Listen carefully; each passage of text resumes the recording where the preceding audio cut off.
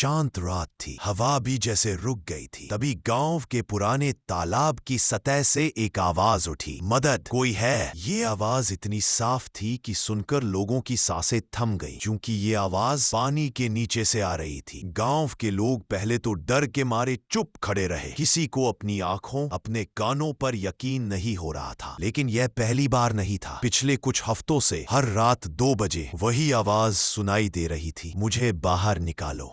झारखंड के इस छोटे से गांव में हर बच्चा, हर बूढ़ा अब सिर्फ एक ही सवाल पूछ रहा था, तालाब के नीचे आखिर है क्या। 1997 की एक पुरानी कहानी फिर से जिंदा हो उठी। एक लड़की मंजरी, उम्र सिर्फ 19 साल। त्योहार वाली रात वह अचानक गायब हो गई थी। आखिरी बार उसे तालाब के पास देखा गया था। उसके बाद वह कभी दिखाई नहीं दी। कई दिनों तक खोज चली, लेकिन जैसे जमीन ने उसे निगल लिया हो। लोगों ने कहा वो तालाब के नीचे दबी है, लेकिन किसी के पास कोई सबूत नहीं था। 27 साल बाद 2024 में तालाब को साफ करने का आदेश आया। जेसीबी मशीन कीचड़ हटाते हटाते अचानक किसी सख्त चीज से टकराई। मजदूर नीचे उतरे, मिट्टी हटाई। पहले एक चूड़ी मिली, फिर एक हाथ की हड्डी और फिर पूरा ढांचा। सबसे बड़ा झटका तो तब लगा जब मजदूर चीखा, ये ताजा है, अभी का है। फॉरेंसिक बुलाया गया, जांच हुई और रिपोर्ट देखकर पूरा गांव हिल गया। रिपोर्ट में लिखा था, ये शरीर 27 साल पुराना नहीं है, ये सिर्फ 1 साल पुराना है। जिस्म मंजरी का नहीं था। तो फिर यह लड़की कौन थी? किसे 1 साल पहले तालाब में दफन किया गया? जांच शुरू हुई। इसी दौरान एक और अजीब घटना घटी। टीम ने तालाब के पास रिकॉर्डिंग लगाई। रात 2:12 पर रिकॉर्डर में वही आवाज कैद हुई, मुझे बाहर